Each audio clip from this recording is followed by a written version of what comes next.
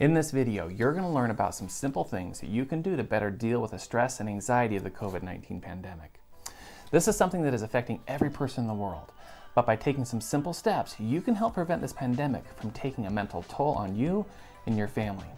To learn how, keep watching and stick around to the end of the video because as a bonus, I'll include a compilation of some recent drone footage that I took up in beautiful McCall, Idaho, that hopefully will relieve a little stress and lift up your spirits.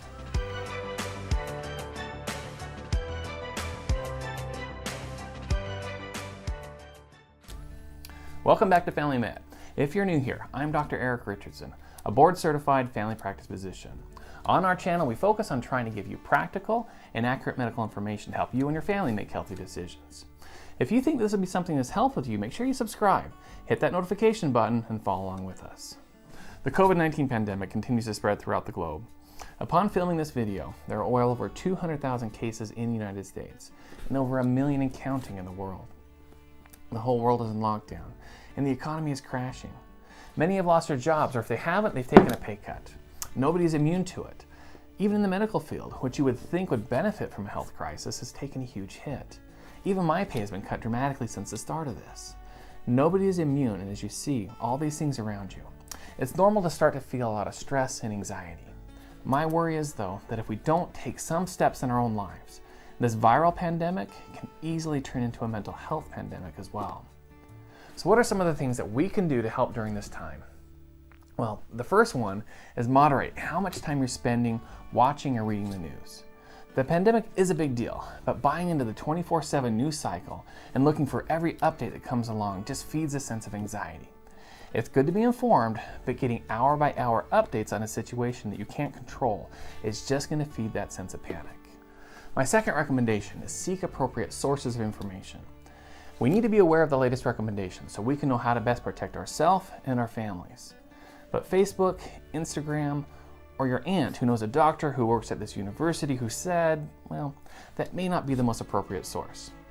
The Centers for Disease Control is a great site that can keep you updated on the latest recommendations.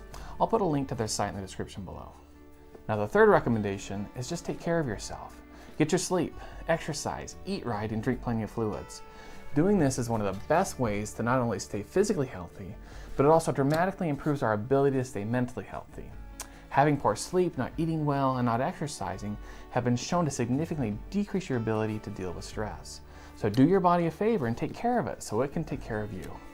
The fourth is find ways to stay connected.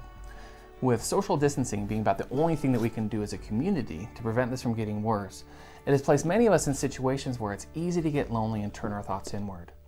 That can be a destructive place for many to go.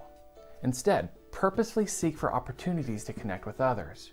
Reach out through social media, phone calls, and even handwritten letters. Reconnect with family members, friends, and acquaintances that maybe you've grown distant to. Remember, we're all in this together, and everybody else is feeling just as lonely as you are. Humans, we're a social creature, and when we're limited in that, it's easy for depression and anxiety to creep up. So reach out in any way you can. My fifth recommendation is kind of related. Reach out to others in need. One of the best ways to prevent anxiety and depression in ourselves is to reach outside of ourselves and find others that we can help. I would never wish this kind of a situation on our world, but one of the most amazing things about it is being able to witness the amazing acts of service that many are doing. Seek out for those around you who may be at greater risk and find ways that you can help.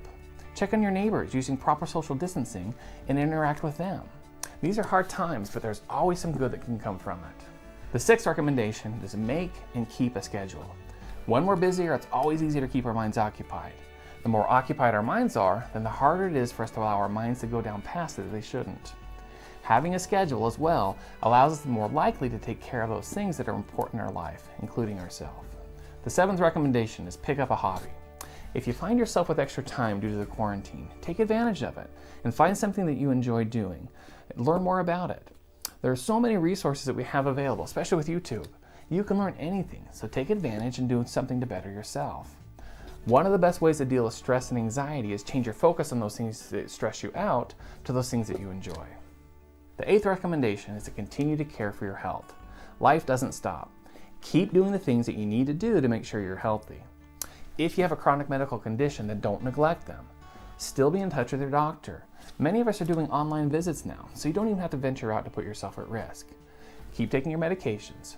Life still goes on, even during a pandemic. The 9th recommendation I have is look for the good in life. I've already talked about some of the good things that we are seeing in the amazing humanitarian examples of individuals, businesses reaching out and giving. Focus on those things, and focus on the good things in your own life. As bad as this has been, I personally have loved that a lot of the hectic business in our life with my family has gone away. I watch my kids jumping out on the trampoline together and laughing again. We've spent some great time playing games, having good conversations, and getting caught up on some movies together. By focusing on what is good about the situation, it helps us keep it in perspective and not get overwhelmed by all the bad news. So make a habit of looking at what blessings you have in your life and see what happens with the stress that you're feeling. The last thing that I recommend is look outside. See that there are still beautiful things in this world. Spring is one of my favorite times of year. It's a reminder of a rebirth and a starting over. The blossoms on the trees are a testament to new beginnings. One of the biggest struggles we have in a time like this is feeling like the world is ending and that nothing will be the same. I can't say that things aren't going to change, but look out the window, go on a walk, hear the birds sing, look at the flowers that are coming up and the blossoms on the trees. There is something absolutely therapeutic about witnessing nature and the new growth that is coming. If you're in an area where you can't see that right now, then get online and remind yourself of the beauties that are all around us. I got a drone the past few months and have been using it to record some of the beautiful scenery here in Idaho. At the end of this video, I'll show you some of the beautiful winter scenery here in Idaho. Just watching things like this can help decrease that stress and anxiety and center us again in knowing that the world may be changing, but there are still much that is staying the same. I'm a firm believer that implementing these 10 steps in your life will go far in helping you deal with the stress that inevitably comes, not only with events like this, but also in life in general. Make sure you're taking care of yourself during this time and remember that this will pass. Spring always follows winter. So keep watching though so you can enjoy your own short escape here with this video about Idaho. If you got some benefit out of this video, I'd ask you to consider to help me out by giving this video a like as well as subscribe so you don't miss out on any of our future content. Well, I hope you enjoy this beautiful Idaho video and we'll catch you next time here at Family Med.